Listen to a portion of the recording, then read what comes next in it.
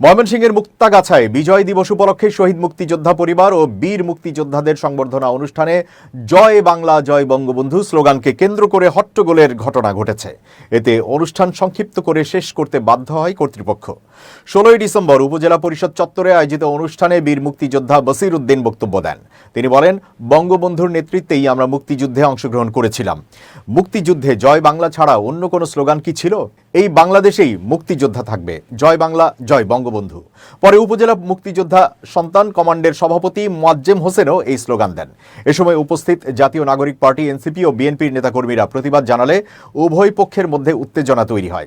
মুজিববাদ মুর্দাবাদ slogan দিয়ে প্রতিবাদকারীরা মঞ্চে উঠে আসেন। পরে উপজেলা নির্বাহী কর্মকর্তা কৃষ্ণচন্দ্র অনুষ্ঠান স্থগিত ঘোষণা করেন। প্রতিবাদকারী জাতীয় যুবশক্তির আল মামুন বলেন, মুক্তিযুদ্ধকে আমরা সম্মান করি, কিন্তু ফ্যাসিস্টদের বন্দনা পূর্ব পরিকল্পিত। অনুষ্ঠানে এমন বক্তা আর আমন্ত্রণ না জানানোর আশ্বাস দেওয়া হয়েছে বলে তিনি জানান। বীর মুক্তিযোদ্ধা বসির উদ্দিন বলেন, আমি বঙ্গবন্ধুর নেতৃত্বের কথা বলেছি। নামার পর জুলাই যোদ্ধারা প্রতিবাদ করে বলেন, বঙ্গবন্ধুর নাম বলা যাবে না। উপজেলা নির্বাহী অফিসার কৃষ্ণচন্দ্র ঘটনা নিশ্চিত করে বলেন, দুই পক্ষকে বুঝিয়ে পরিস্থিতি নিয়ন্ত্রণে আনা হয়। বিশৃঙ্খলা এড়াতে অনুষ্ঠান দ্রুত সমাপ্ত করা হয়েছে। মুক্তাগাছা থানার ভারপ্রাপ্ত কর্মকর্তা লুৎফুর রহমান বলেন, এই ঘটনায় কোনো পক্ষ লিখিত অভিযোগ দেয়নি।